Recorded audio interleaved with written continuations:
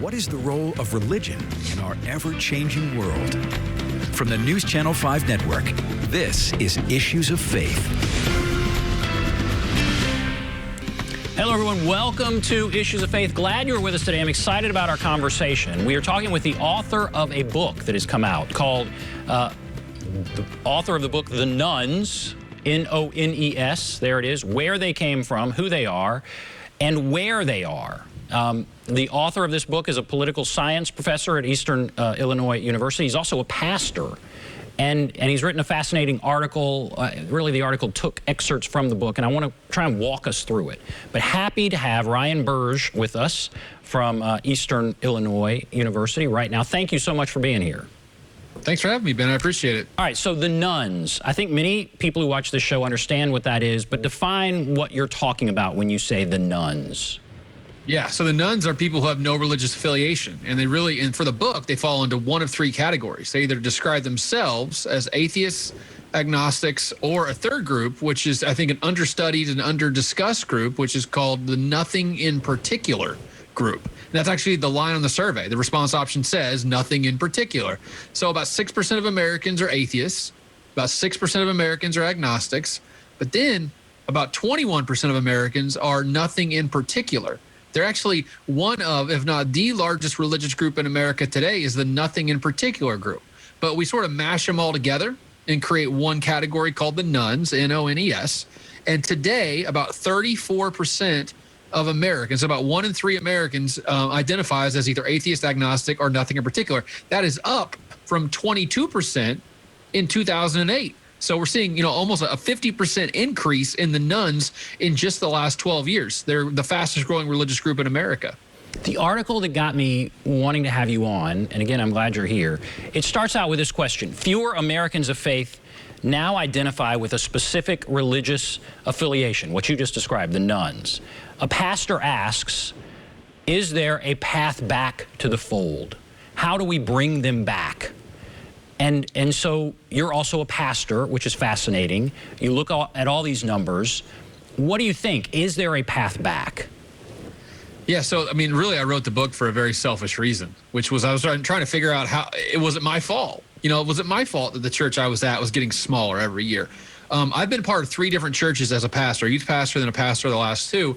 And the first church is about a third the size it was when I was there 15 years ago. The second church, the first church I ever pastored is actually closed now, and they tore the building down. And the third church, the church I'm at now, in the 1960s was 300 people. And it was 50 people when I got there in 2006. And now it's down to 15 or 20 on a good Sunday. And so, I wanted to figure out, what am I doing wrong, or am I doing something wrong, or is there bigger factors sort of at play that I really don't have a, huge impact on, or I can't have a huge impact on? And the reality is that the nuns have not risen for one specific reason, but really for a whole cornucopia of reasons that are both macro but micro at the same time. In the book, I talk about how every nun has their own story of how they became a nun. And some of them, are sort of kind of tied up in these bigger generalizations. But then other people have had very specific things happen to them in a church or around church people that have turned them off. Let's say they were a woman in a very conservative tradition, or they were LGBT in a tradition that, did not affirm LGBT, or they were abused spiritually, socially, emotionally, physically, sexually by someone at the church. So, there are tons and tons of reasons for the nuns rising. But, part of being a social scientist, you have to try to overgeneralize sometimes about why they're rising so quickly.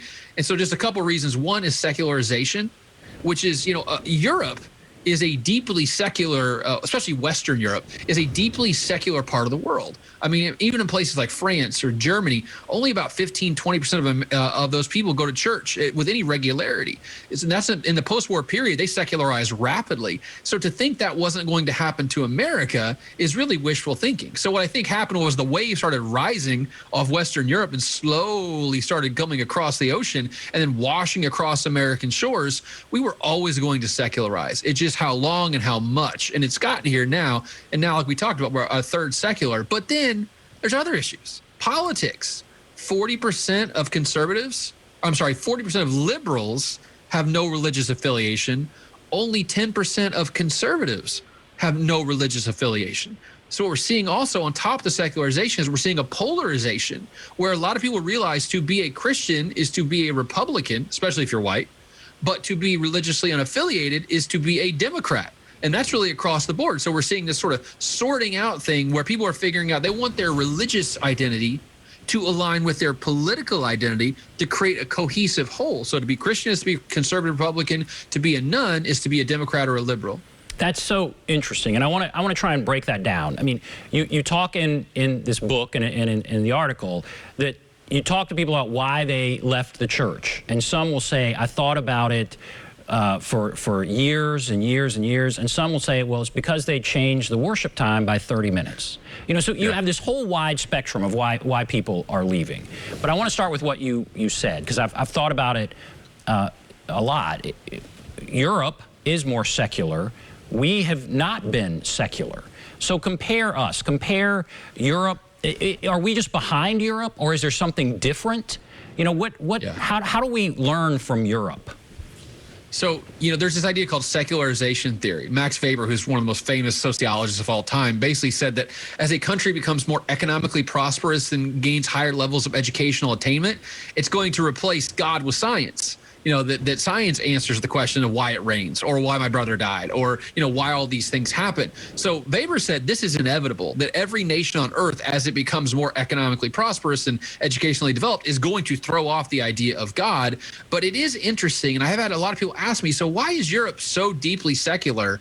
And is it economically advanced? And why are we as economically advanced as they are, but are still fairly religious compared to them, especially? And I think one of the reasons is that America never adopted a state religion. You know, a lot of European countries have state-sponsored, even Germany now, which is a deeply secular country, you pay taxes to the church. In Germany, you have to opt out of that. So, you know, by having a state church, it actually kind of makes religion worse in a lot of ways for Europeans because it creates resentment. I mean, think about the vaccine right now. A lot of people don't want to get the vaccine because the government tells them to. So imagine if there was a state church in America, how many people would want to go to that church? There'd be people who didn't want to go just because it's aligned with the government. So by us not creating a state religion, I think it actually insulated religion in America. The other thing that we had was we have a lot more religious diversity in America. Even in the colonial times, we had, you know, Episcopalians and Baptists and Methodists and even Catholics later on with the immigration waves of the 18th and 19th century, right? So most places in America don't have one dominant religious tradition. There's many that really fight and compete for new members. And I actually think that helps to keep down resentment because all these religions realize we don't have it easy here. We got to keep fighting for people. We got to keep doing and struggling and being more inclusive. Unfortunately, a lot of people have realized in the last couple of years that it's just easier to not go and not affiliate and not join things. I mentioned in the book, there's another book by Robert Putnam, a social scientist from Harvard, who says that we don't bowl in bowling leagues anymore. We bowl alone. And that's the title of his book, his 1998 book. And what's funny is Putnam lays that blame at the feet of cable television because he was writing in the 1990s, right? So today it would be tweeting alone and Facebooking alone and Netflixing alone and Instagramming alone because now it's easier than ever to be non-social, especially with COVID, coming out of COVID, you know, so we don't want to be social. And I think church has been a casualty of a macro level shift in American society away from doing in-person, face-to-face socialization. So that kind of stuff is hard for us to compete with. Religion is always going to lose because people aren't going to bars as much. They're not going to clubs as much. They're not going to concerts as much. And they're not going to church as much. So it's not religion per se that's driving people away. It's just, it's a social activity. People aren't doing that anymore. And at the same time, when you look at people who identify as intensely religious, we do see there are a lot of people who identify in that way, right? And that's different than what you see in Europe.